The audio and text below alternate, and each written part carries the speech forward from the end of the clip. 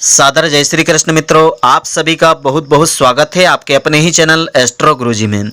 मित्रों, यदि आपने अभी तक हमारे चैनल को सब्सक्राइब यदि नहीं किया हो तो अभी सब्सक्राइब कर लें और बेल आइकन को अवश्य दबाएं, जिससे हमारे अगले आने वाले नए वीडियो की नोटिफिकेशन सबसे पहले आपके पास पहुंचे। आप नित्य नई नई ज्ञानवर्धक जानकारियां व नित्य का राशिफल हमारे चैनल से प्राप्त करते रहें। तो मित्रों, आज आपको हम बताने जा रहे हैं अति पुण्यदायिनी राधा अष्टमी की व्रत कथा, पूजा विधि और इसके महत्व के बारे में। तो जो भी स्त्री पुरुष श्रद्धा के साथ इस व्रत को करते हैं, श्रद्धा पूर्वक यह व्रत कथा श्रवण करते हैं, उन्हें राधा रानी की विशेष कृपा मिलती है, भगवान श्री कृष्ण का आशीर्वाद मिलता है, पूरा जीवन उनका सुखमय रहता है, जो मनोकामनाएं होती है वह भी पूर्ण होती है। तो भगवान कृष्ण जी के द्वारा कही गई बात सिर्फ राधा जी के प्रति उनके प्रेम और समर्पण को नहीं दर्शाती, बल्कि यह हमको बताती है राधा रानी के स्थान को उन्होंने स्वयं से ऊपर माना है। यदि आप भगवान कृष्ण को पाना चाहते हैं तो राधा जी का चिंतन मनन करना आवश्यक है, क्योंकि कृष्ण जी के रोम रोम में बसने वाली राधा ही उनके जीवन की स्वामिनी है। राधा के बगैर भगवान श्री कृष्ण अधूरे हैं।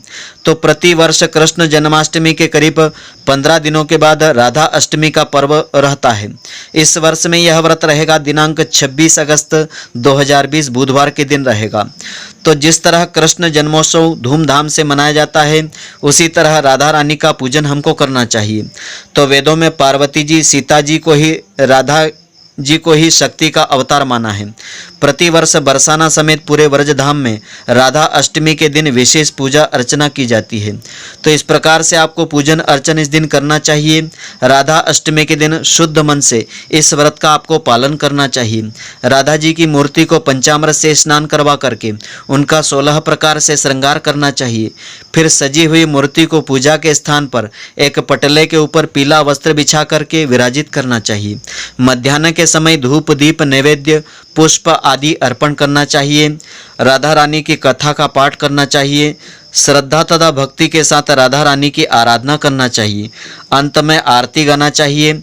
कई ग्रंथों में कहा है कि राधा अष्टमी के दिन राधा कृष्ण जी की संयुक्त रूप से उनकी पूजा अर्चना आपको करना चाहिए। इससे अनंत गुणा फलों की प्राप्ति होती है। तो राधा अष्टमी की पुण्यदायिनी व्रत कथा इस प्रकार से है। इस व्रत कथा को इस दिन श्रद्धा पूर्वक श्रवण करना चाहिए, जिससे भगवान श्री राधा कृष्ण जी की विशेष कृपा आपको मिलेगी। तो राधा जी का जन्म वरदान के रूप में वृषभान के घर गोकुल के पास रावल ग्राम में हुआ था। कुछ दिन के बाद राधा जी के पिताजी ने वृंदावन में वृषभानपुरा नामक गांव बसाया था, जिसे कि आज बरसाना के नाम से जाना जाता है।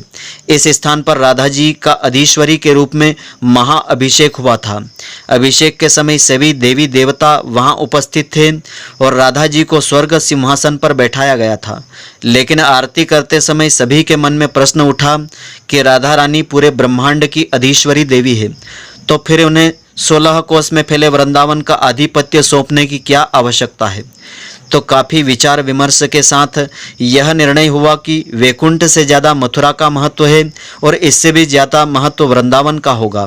महाअभिषेक में सभी देवी देवताओं ने दान के रूप में उन्हें कुछ न कुछ दिया था। सावित्री जी ने पद्ममाला दान में दी थी। इंद्र की पत्नी सची ने स्वर्ण का सिंहासन दिया। कुबेर की पत्नी मनोरमा ने रत्नों के अलंकार दिए। वरुण की पत्नी प्रिया गौरी ने दिव्य छत्र दिया था। पवन की पत्नी शिवा ने यामर युगल आदि दिए थे।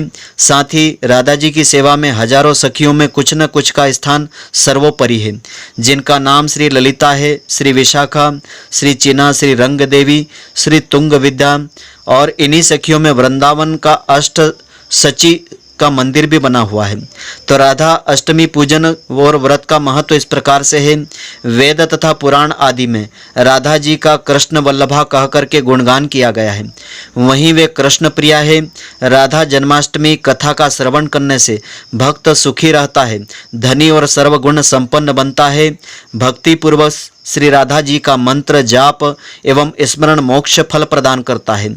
श्रीमद् देवी भागवत में राधा जी की पूजा की अनिवार्यता का निरूपण करते हुए बताया है, श्री राधा जी की पूजा न की जाए तो भक्त श्री कृष्ण जी की पूजा का अधिकार नहीं रखता है।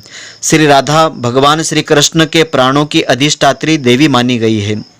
बोलिए श्री राधा कृष्ण भगवान की जय। तो मित्रों, आशा करता हूं कि आपको हमारी यह ज्ञानवर्धक जानकारी पसंद आई होगी।